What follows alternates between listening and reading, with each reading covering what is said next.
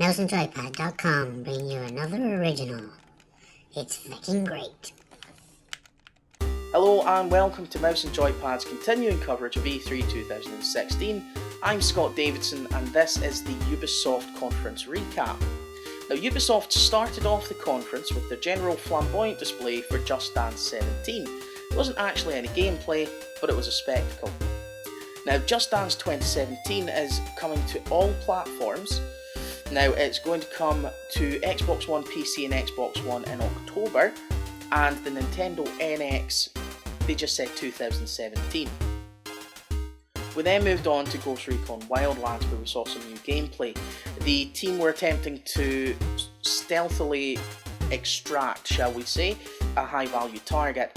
It did show us the dynamic way that the gameplay can change from sneaking about with your silencer to what was, in the end of it, an out-and-out car chase. It does look interesting, it does look good, and we have a release date, finally, of March 7th, 2017. And then we moved on to South Park: The Fractured But Whole. Now, I loved the Stick of Truth. I thought it was a great game. It was playing South Park. They're taking a step away from the fantasy side of things and they're focusing on superheroes because that's the thing now.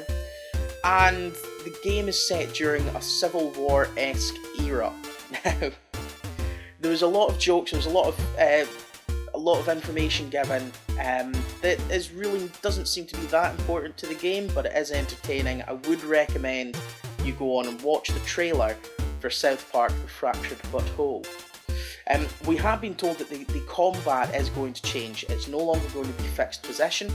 It is still turn-based, but you will be able to move about the map, so you'll be able to flank enemies, take cover. You can also bump into enemies to rearrange or you can bump into enemies basically to get extra attacks if you have them surrounded. Now, there are three classes that we saw that you can choose from. There is the Brutals, the Blaster, and the Speedsters. It'll be interesting to see how that all comes together, but the good news is that we don't have too long to wait. That's going to come on December 6th this year. Now, if you pre-order the game from the relevant retailer, you will get a copy of the Stick of Truth that you can play on your current gen console or Steam. Just watch the trailer, man. It's funny. We then had a little showcase of The Division. Now, they showed us the Underground, which we saw during the Xbox conference. They did say that that's coming June 28th to Xbox One and PC and August 2nd to PS4. They are giving away, to celebrate Ubisoft's 30th birthday, they're giving away three skins for The Division. There's a Splinter Cell skin, a Ghost Recon Wildlands skin, and a Rainbow Six skin. They did also announce another expansion, and they just said this one was coming soon, but it's called Survival. Now, we're told there that the weather itself will be an enemy. We did see a trailer, but we didn't see any gameplay of how it's actually going to tie together. We'll have to wait and see. Ubisoft then moved on to their VR offerings. The first game that was up was a game called Eagle Flight. We saw it was a capture the flag type game. It was 2 teams of 3, and you know, it looked good. It's coming to all VR platforms, we're told, this fall. It looks good. The problem with seeing VR is, without actually having a VR headset on, you don't get the full appreciation for it, and you also don't really know how the mechanics work. Now, you're flying about as an eagle trying to catch a bit of prey and then get into a nest. They had the VR headsets on, which was all well and good. We don't know if they were steering by looking, if that was a directional thing, or if they were just looking around. We don't really know. I would suspect that's how you actually navigate, but I guess we'll find out this fall. And then, and this one really excites me, we saw Star Trek Bridge Crew, which is from Red Storm Entertainment. Once again, it's VR. LeVar Burton, Carl Urban and Jerry Ryan showcased it in a little trailer. And basically what you do is you take one of 4 positions on a bridge, on a Starfleet Starship bridge, and There's helm, tactical, engineering, and captain position. Now, we're told that everyone has to work together to achieve the goal. That one does look really interesting. I'm really interested to see how that actually goes. And that is coming this fall to all major VR platforms. We then saw some single player gameplay for Honor. There was a trailer that we saw to start with, a story trailer, and then we saw it was a Viking assault on a samurai stronghold. It looks really nice. It does look really nice. It almost has a feel of Rise to it, Rise Son of Rome, although without those horrible quick time events. It looks interesting. It is coming on February 14th, Valentine's Day next year. So if you have a special loved one, after you go out for dinner, maybe catch a movie, come home and cut a fool's head off.